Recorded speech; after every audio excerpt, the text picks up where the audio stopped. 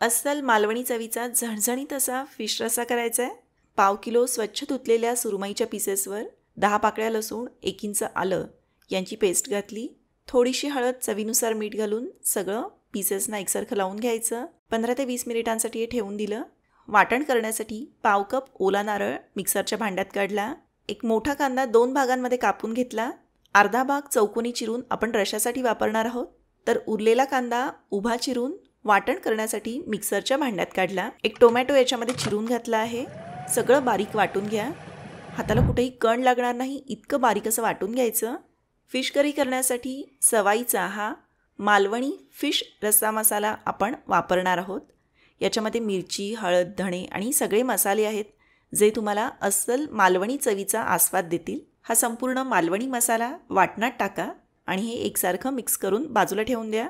पातेल्यामध्ये 2 tablespoon तेल गरम केलं आहे। याच्यामध्ये बारीक चिरलेला कांदा घातला।